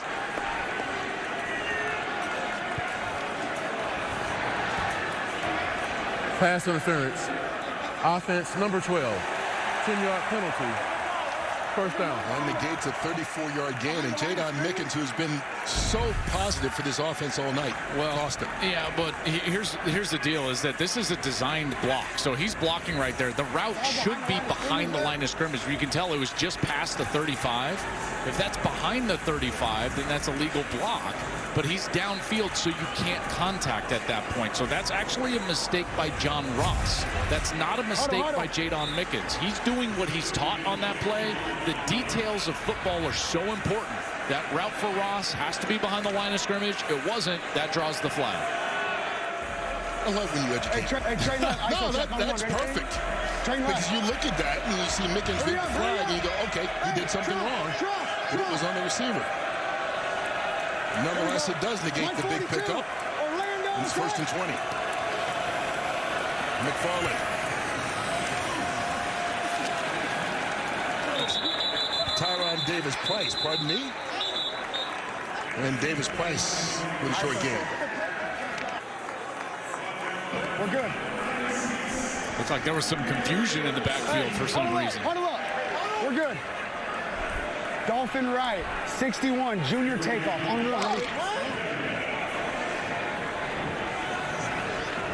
Birmingham just trying to settle down after the way the last series ended and the start to this one. Line 42, the hut, 180, what's that? Corral slips. Steps up though. And incomplete, intended for Chenault. Good coverage there in the secondary by DeAndre Prince. And now it's 3rd and long. Yeah, really long, and now this Louisville defense has a real chance here. First, there's the slip in the pocket by Corral, and then he's trying to find Laviska Chenault. Laviska Chenault is a really good player. He's former second-round pick by the Jaguars out of Colorado, and they're trying to get him the ball. That's great coverage, though, I got to say. DeAndre Prince played his college ball at Ole Miss. He was right there.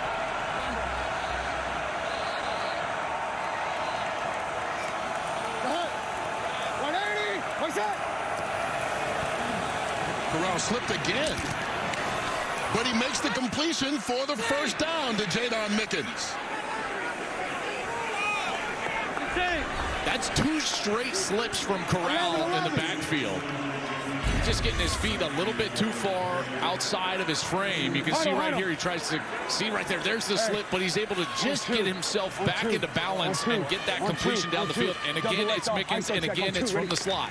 Again, you leave those 2 safeties back. The middle of the field is always going to be where you want to work as a quarterback, and he is wearing it out with Mickens over the middle of the field. Mickens 95 yards receiving. Orlando,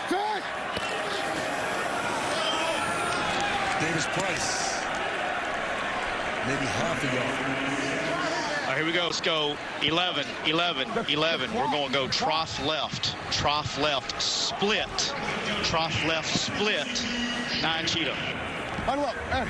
Trough left, split. 8 cheetah. On one. Ready? It's supposed to be 9 We're cheetah. good. On one. 8 would be to the right. This is that little handoff where they're trying to go over to the right. But look, so there's confusion. 9 cheetah, 9 cheetah. There you go. See, now he's got it. See, this is supposed to go to the left. This is a handoff. He's trying to run the sweep over on this side. And there is the handoff, but Connor stopped in the backfield. Travis Bell blew that one up. Give me 10.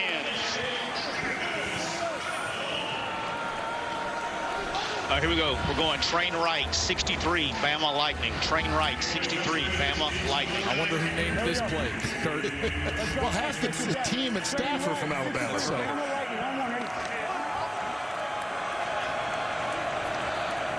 Well, the quarterback, Matt Corral, played at Ole Miss, so I don't know if he likes calling his play, maybe. I don't know if he does either. Well, I think Bama Lightning, just get it to Devontae Smith. Corral. Jadon Mickens, who else? Falls forward right at that first down marker. Again, wearing out the slot. He's got the matchup. See, he's got the matchup. He's the inside receiver, so he's got a linebacker on him. He can beat him. He's got space. It's a good throw. It's on time, and it's a first down. Last time we saw Mickens last year, he was just tearing it up in the championship game. He had 6 catches for over 100 yards in the championship game last year for DC, and he's come out this year on a new team, and he started out right where he left off. What a game he's had. We talked about his NFL experience, winning a Super Bowl with the Buccaneers. Snoop Connor. And that will be the final play of the third quarter. This has been an entertaining game so far, and what a game it's been for Jadon Mickens. He's knocking on the door of 100 yards, and there's still a quarter to play. Right now, his team by 1 is in a hole. America comes back tomorrow at 7 Eastern on Fox. Check the local listings for the game in your area. And yes, Louisville is the home of the plant that makes the Louisville Slugger. Oh, the best bats on the planet. I mean, you even talk about other bats anymore? I mean, I love it. Jake's got some bats down there. Jake, you got a C271 down there? That's the ticket. Joel, you're the baseball guy. I mean, we're all football guys, but you're the baseball guy. I don't know what I'm handling down here, but they're pretty nice, I'll tell you what, and they look great, too. They're very shiny. Yeah, they're really nice. Those look like the maple version. A little harder wood. You know, get that nice crack, get a little backspin out to the left center gap. Oh, speaking of gaps, I tell you, Snoop Connor thought he had a run, but right through the gap Cam Gill came. Look at those. Those are beautiful, man. We've got the Fox Sports, the UFL, it's the Louisville Kings. You got the Stallions bat. Oh, one for each team. Yeah, I tell you what, that's good stuff. Can that go in your display case? I would love that. That would be amazing. What's the most home runs you hit in the season when you were playing minor league ball? Oh, you know, Kurt, I don't want to talk about that so much. You were singles hitter? Is that it? I believe it was 2. Okay, that's 2 more than I've hit. Yeah. Flag. Out of bounds, incomplete. Deion Kane, who was their leading receiver last year, hasn't caught a pass tonight, and I don't think that one's going to count, but looks like Louisville may have jumped off sides defensively. Outside, number 46 in the neutral zone at the snap. 5-yard penalty. Third down. And it was Cam Gill, first penalty of the night for Louisville. Kurt, that play in its entirety encapsulates my professional baseball career. It was an offside and a throw complete out of bounds. Just not quite. We got west left, C-Jet, split. Well, like I said, it's 2 more homers than the minor leagues that I had. You know? So be proud of yourself. You know what, though? It led you to here. Had you been a successful baseball player and made $100 million, you wouldn't be doing this right now. That's right. Who wants that? There we go. Snoop Connor doesn't want any of that. Cam Dantzler once again coming right through the gap, and this Louisville defense standing tall. Yeah, and this is a big loss right here because I think that they're right on the outside of possible field goal range, but now they're across the 50. They're outside of the 40-yard line. I don't think that they've got the range here. I would assume that this is a go-for-it type of territory, And I think they are going to give them forward progress across the 40-yard line. So the ball's going to be snapped at the 38. And so they will go for it. 4th and 5.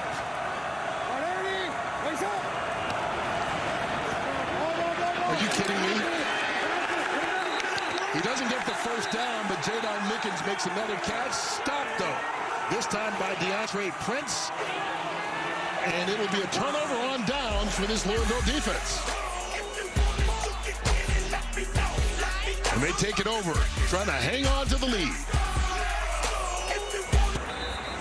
Really good adjustment here on this 4th down from Louisville. So you're going to see them change the coverage. Watch Prince. He's going to be in man coverage. So as Mickens goes in motion, he follows him across the formation. And now it's not a linebacker on the slot receiver, but it's a corner. So they're in nickel. They've got an extra corner on the field. And now he can close down that space a lot quicker than a linebacker would. And it's a matchup that favors the Kings. Great job by Chris Redmond. Great adjustment on a 4th down. We've seen him convert on those 4th downs with that same route several times, but an adjustment there on defense gets the stop. And so Louisville takes it over. Bean. Oh, the catch made by Winstead goes up and over to haul it in, and a huge play right over the shoulder of Alex Cook. Winstead converts for 35. I mean, this is an incredible play by Winstead. He's 6'3", and he just goes right over the helmet. Just tops him up right there. Cook is only 6 foot, and Winstead is able to get that catch, and now Louisville has all the momentum. Great defensive stop, and now they're in business here inside the 35. They've been waiting for the receivers to make a play, and Winstead did. He makes another one, but gets hit low by Cook this time, and he's slow to get up. Boy, and he took a big hit right there. That did not look good.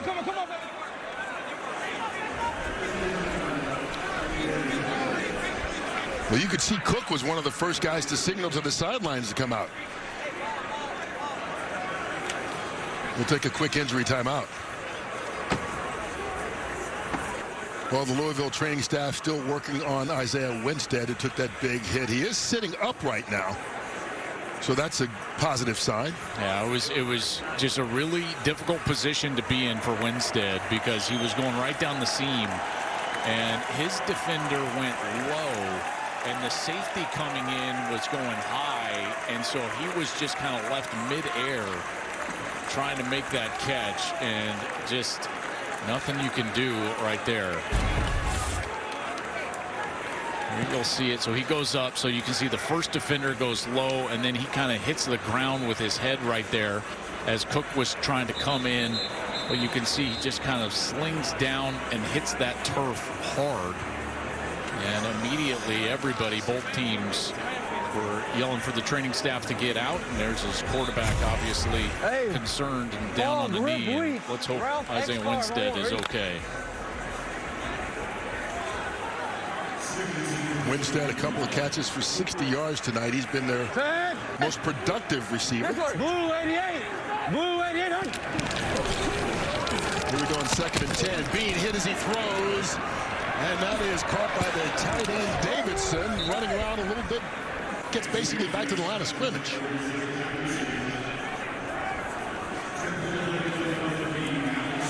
You know, somewhere a coach on the headset is saying, that's the one you catch? Right. I mean, you look at the numbers for Bean tonight, 11 of 21, so barely 50%.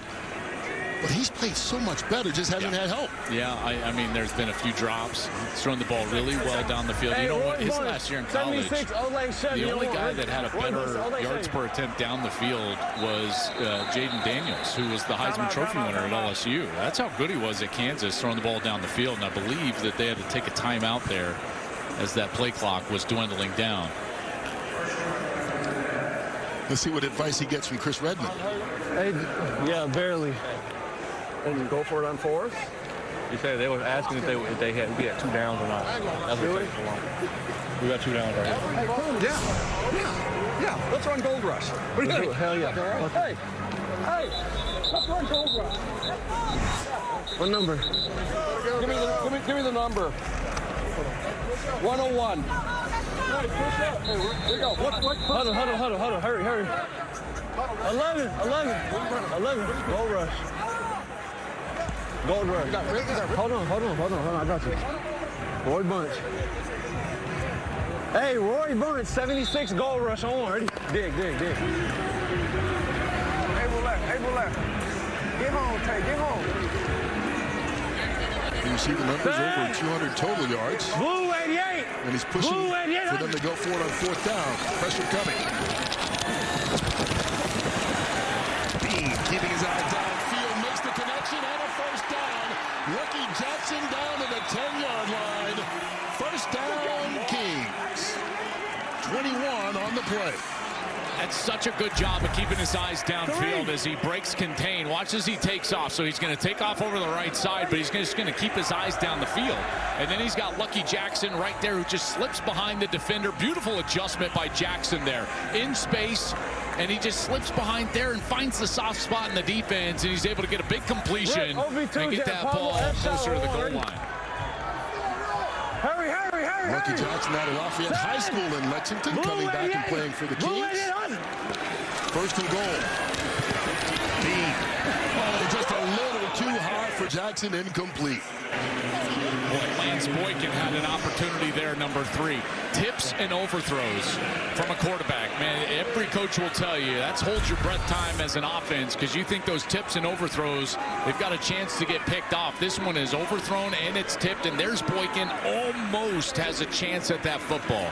Hey, Roy, and he knows it. See, he knows tips and overthrows. He lets go of that ball and he's thinking to himself, oh my goodness. And so is Redmond.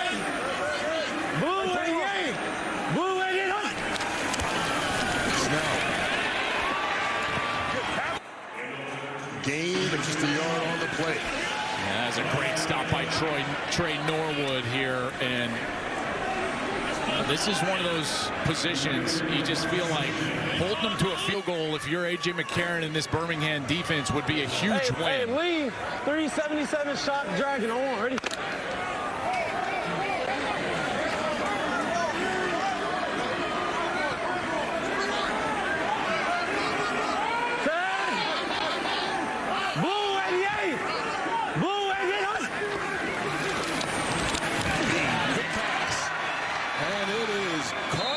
Inside the 5-yard line, Tariq Black with the reception. Are they going to go for it on 4th down? I would think about going for it. I mean, what does a field goal give you? A 4-point lead? I understand that then, a field goal doesn't hurt you. But if you don't get it, you're backing them up inside of the 5-yard line. I think that this is a go for it, personally. I know that might be aggressive here.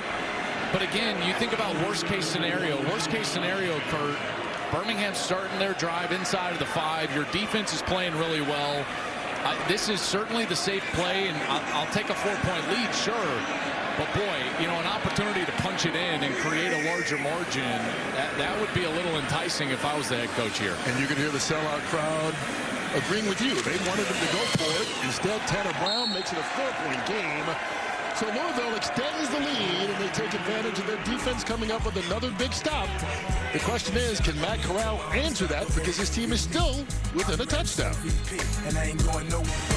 Well, in their first game ever, the Louisville Kings holding on to a 4-point lead over the Birmingham Stallions in this opener of the 2026 UFL season.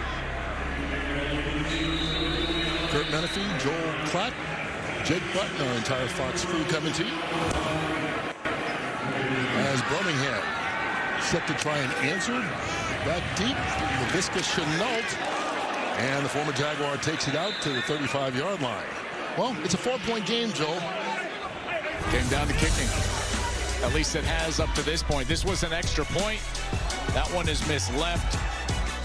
And this is an attempted field goal. That one is blocked, and we've got a 4-point deficit. And Birmingham has had such a great pipeline of kickers over the years. You think about Brandon Aubrey, got his start with the Birmingham Stallions. Jake Bates.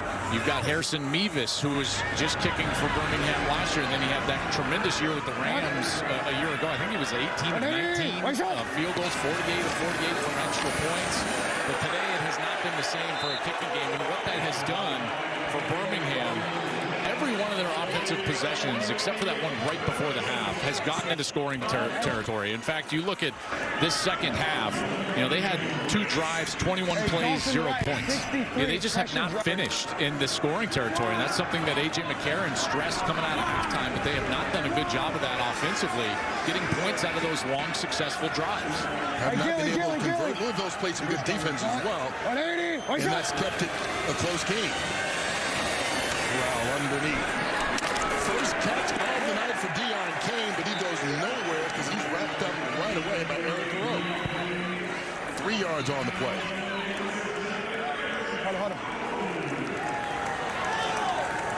I mean, Cain was all UFL last season, led the team in receiving, and that's his first catch tonight. Hey, Mason, we got train left, 54, X level, on 1, ready? X level.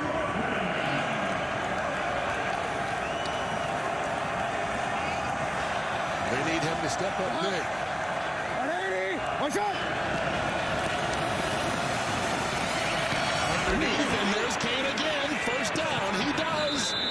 Answers the call on back-to-back plays to keep the chain moving. And that was a really nice catch because Corral threw an absolute heater in there right over the middle of the field, and it was a bit high. And Cain was able to corral that one in for Matt Corral, no pun intended there. Cain is 6'1". He's a tall, wide receiver. He's almost 200 pounds. You can see him just snatch this one out of the air. Really nice catch. And a nice first down for this Stallions offense. 10 yards on the pickup.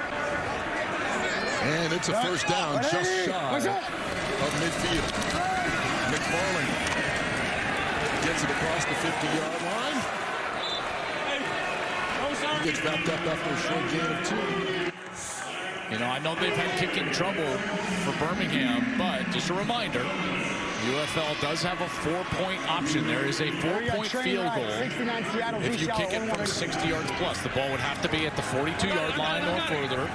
And Eric Bay has not been great today. He does have 1 make, but just something to keep in the back of your mind here. 180, one shot. Here comes the blitz. Corral lofts it up and underthrows Cain, incomplete. Give Dantzler credit for swatting it down. This defense has stepped up here, but this was a miscommunication of sorts. Obviously, Cain thought that this ball was going down the field. Corral thought that he was maybe hooking that one up or trying to go back shoulder, so not on the same page there. And Dantzler was able to knock it away.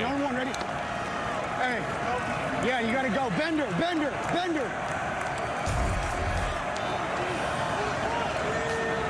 36. Keep in mind, you've got to go for it on 4th down no matter what. Corral underneath. Connor right at that first down marker. Where did he step out of bounds is going to be the question. Well, it looked like he just got across that line to gain. Nice route. That's just a check down out of the backfield, and it's a burst. So you burst against man coverage. So he's got a man defender, and he just takes off almost like a drag route.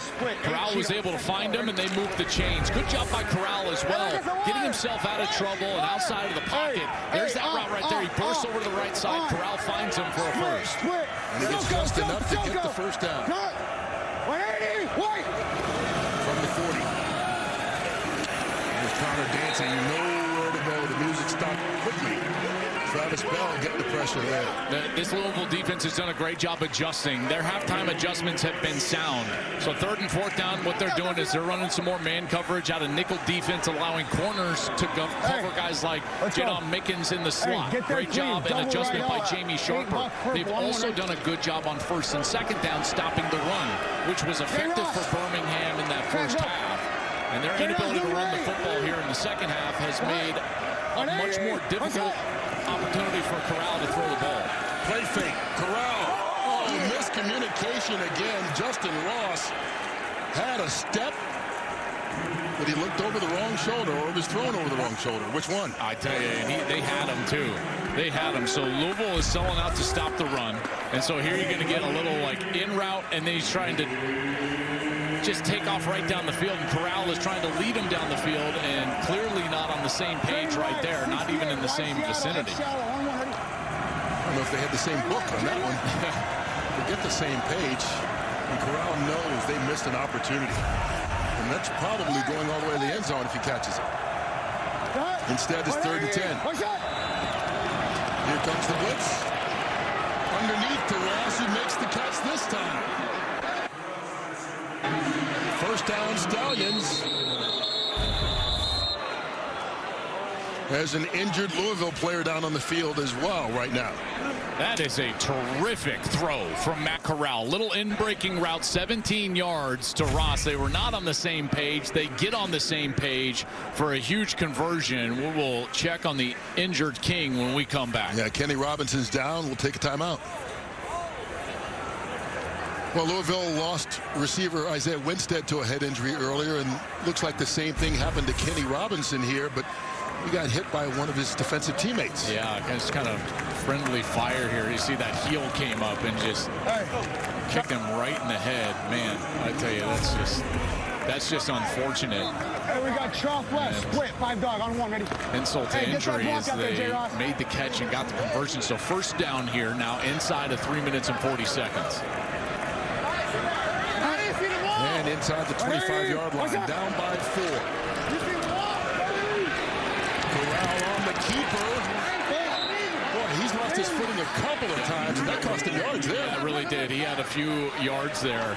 But now you just start thinking about the game strategy. Down 4, you know, would you kick a field goal? One, you haven't been that reliable in the kicking game. They missed an extra point, missed a field goal, got that one blocked.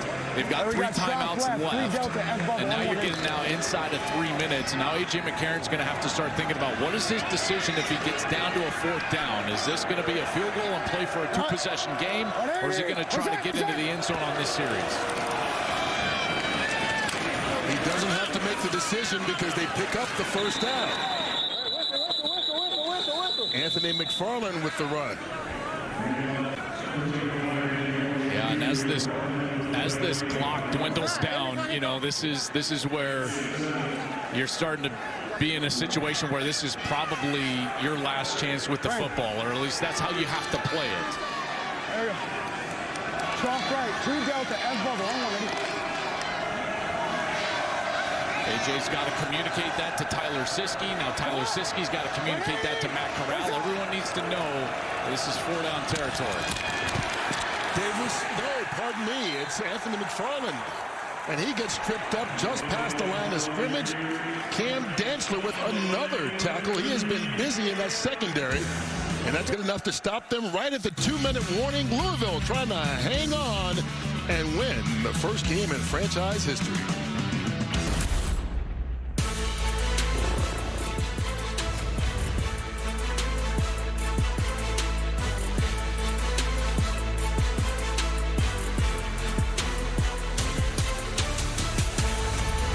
Final 2 minutes of the opener here in Louisville, where the hometown Kings playing the first game in franchise history hold on to the lead late over the Birmingham Stallions. It's a 4-point contest. Birmingham knocking on the door at the 14-yard line. Let's see how this finishes. 3 delta, X strike, on 1, ready? A.J. McCarron, first game as head coach of the Stallions. Trying to get in the win column. 180! 27! Fake the handoff, wide open, Justin Ross, touchdown, and Birmingham's back on top.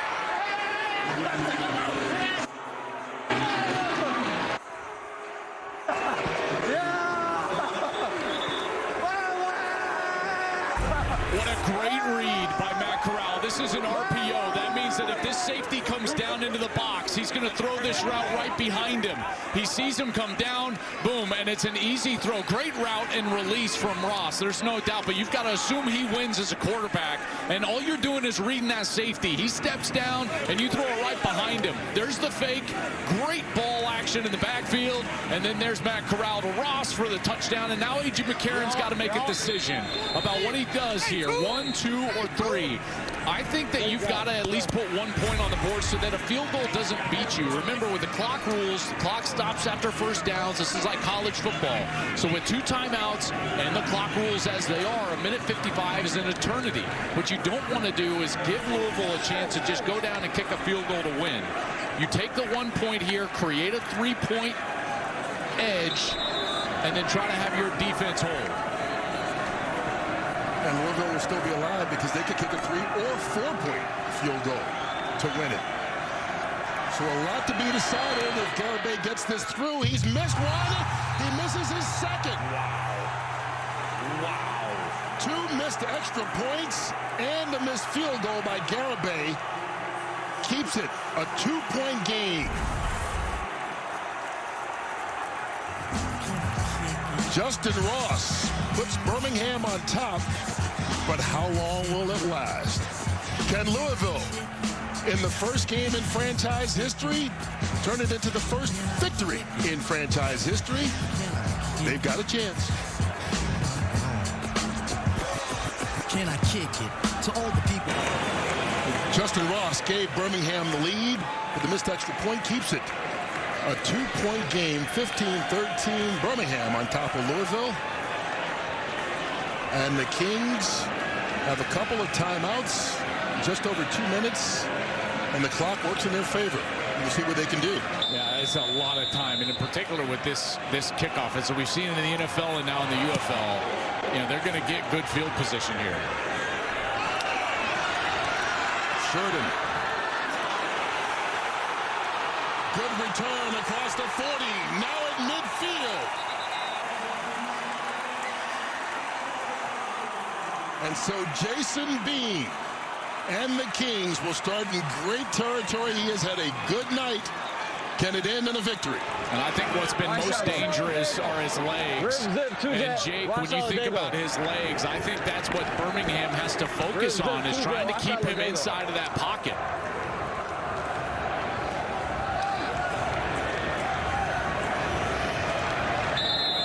He has been dangerous with his legs, with his arm, and just a couple of drop passes from having a dominant night, but he needs to perform here on this drive.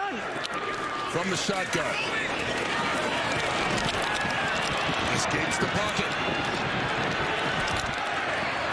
And just throws that one away, incomplete.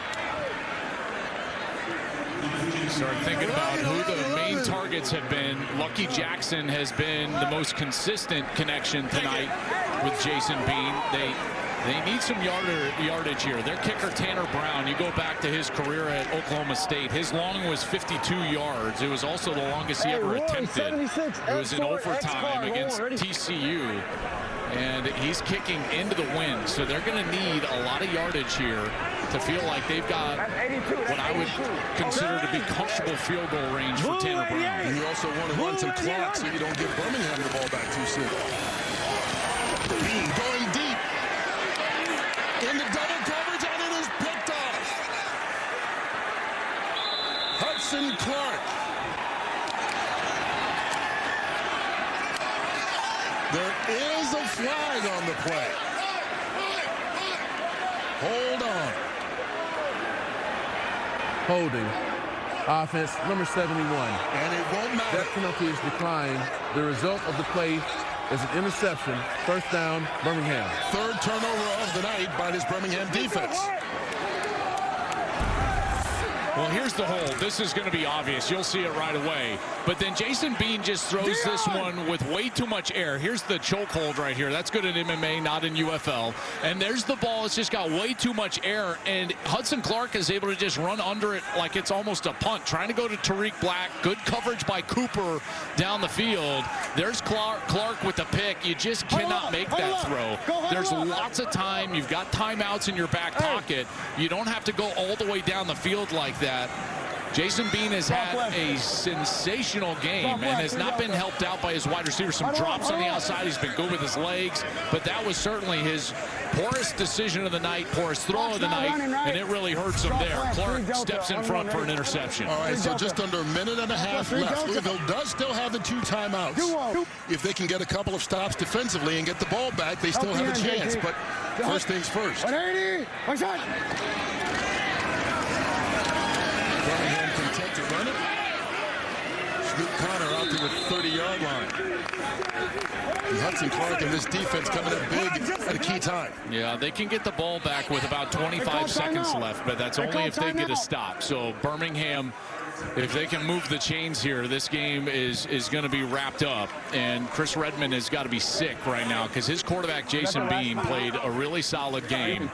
But just wrong throw, wrong decision, wrong moment right there. Again, he had lots of time. That was not panic time to try to force the ball down the field. And that's certainly a learning moment you're going to go back and try to improve from as a quarterback. Now, for Birmingham's perspective, you know, you've got to drain this clock a bit and get this first down. And obviously trying to end this game with your offense on the field. That's the objective. Color. We got trough right, 2 Delta, second color. Second color. Yeah, I got it. Don't go. What? 180. Wait. And Steve Connor's hitting the backfield for a loss. It brings up 3rd down, and Louisville will use that final timeout. It brings up a much more difficult 3rd down, isn't it? And they just sent the house there. That's a good call by Jamie Sharper, the defensive coordinator. And now A.J. McCarron and his coaching staff, they're going to have to make a decision here. Do you allow Matt Corral to try to throw this ball or get him on the edge to try to get this conversion? Hey. What would you do? Hey, who's the edge? I would put the quarterback on the edge and so that he has a run pass option. If it's wide open, then he can just toss it ahead. Trough right, 2 Delta. No.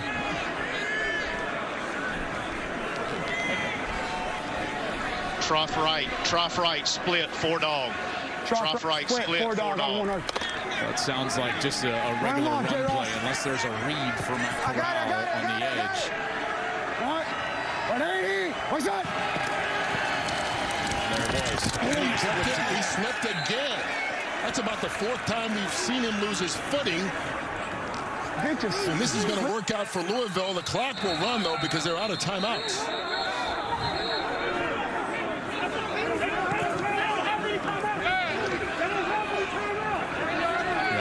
They stopped the clock right there. Game clock operator, please reset the game clock to 107. Play clock operator, reset the clock to 35 seconds. Both clocks will start on my signal. Okay, I think they had a play clock error right there issue, so they're going to reset the game clock to 107, play clock to 35, then they'll both run. What are we doing? What are we doing? But this benefits Louisville. Hey, what's going on? What are we doing? It does. Play clock didn't run when it was supposed to, so we reset both clocks up so that they got the right amount of time on both. Okay. So they'll run all the way down to 25. It's going to go 25? Okay. Yeah. Okay. So, okay.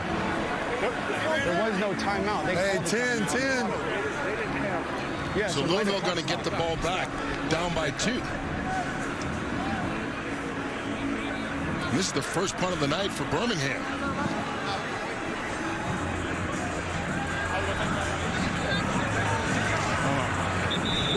I'll tell you, this Birmingham team, over the years, they've been so good defensively, haven't they? And they've been opportunistic. That was the first drive of the game. They get the turnover. This was right before the half. Tizzino pops the ball out right in front of the goal line. That prevents a score. And then on that last possession, field goal would have won it for Louisville. And Bean just makes a poor throw, and they were able to step in front for an interception. So opportunistic, 3 takeaways, only 13 points allowed, and only 46 rush yards allowed. They've been good up front. And now an opportunity, but you got to get this punt away. That's first and foremost.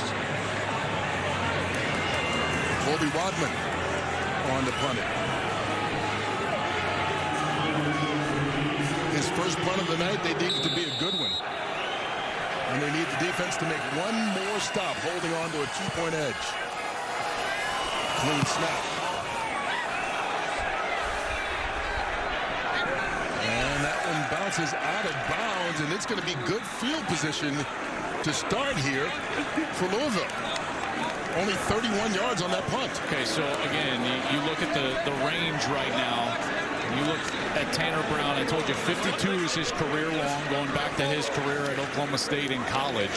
You really need to get that ball to about the 35-yard line, and with the wind as it is, and this is into their face, probably a little bit more than that. So you're looking to get the ball to about the 33, 32 to be on the edge of field goal range.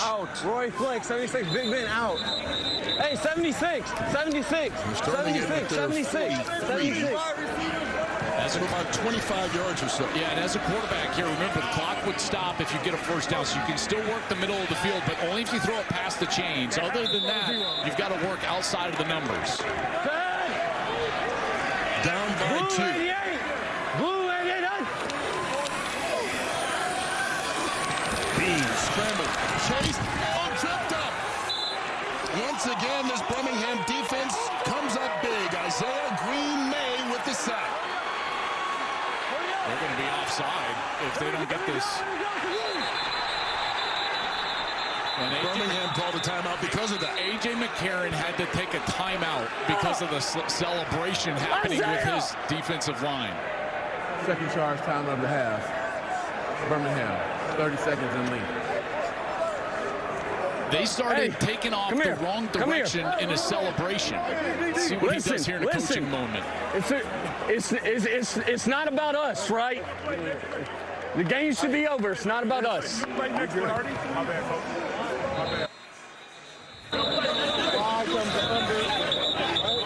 mean, what a mistake right there by Isaiah Green-May.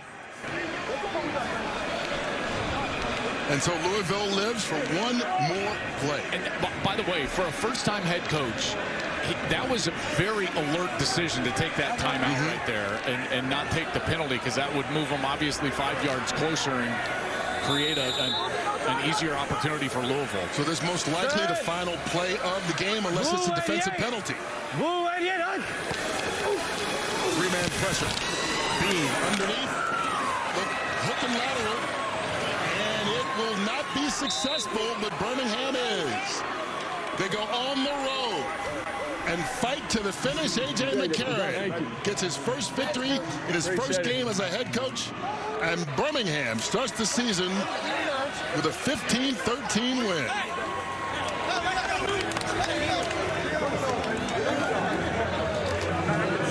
What a game, dude. Congratulations, bro. Thank you. Congratulations on the first Good one, luck baby. to you, bro. Yeah, you too, brother. Great game. Great game. Hey, good job, man. Well, it was a fun game to watch. 15-13, Birmingham gets the win. We saw some big offensive plays, some key defensive stops, and a whole lot more. Don't go anywhere. We'll be right back. Well, over 300 yards of offense, more than 100 yards rushing, and 3 turnovers. That's how you get your first win as a head coach. A.J. McCarron with Jake Butt.